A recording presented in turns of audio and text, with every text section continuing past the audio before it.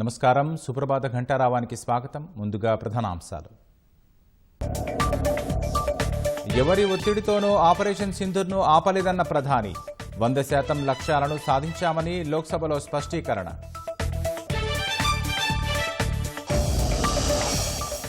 తమ ప్రశ్నలకు మోదీ సరైన సమాధానాలు చెప్పలేదన్న రాహుల్. ట్రంప్ వ్యాఖ్యలు పాక్కి చైనా సాయంపై స్పష్టత ఇవ్వలేదని విమర్శ.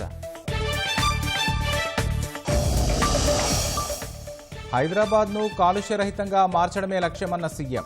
వచ్చే 25 ఏళ్లకు ప్రణాళికలు రూపొందించాలని అధికారులకు ఆదేశం.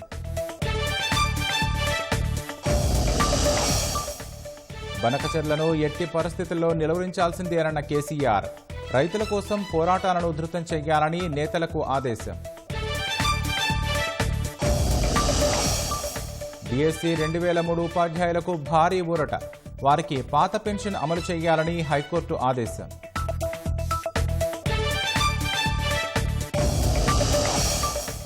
కర్ణాటక ధర్మస్థల కేసులో సిట్ దర్యాప్తు ముమ్మరం. పాతిపెట్టిన మృతదేహాల వెలికితీతకు 13 ప్రదేశాల్లో తవ్వకాలు.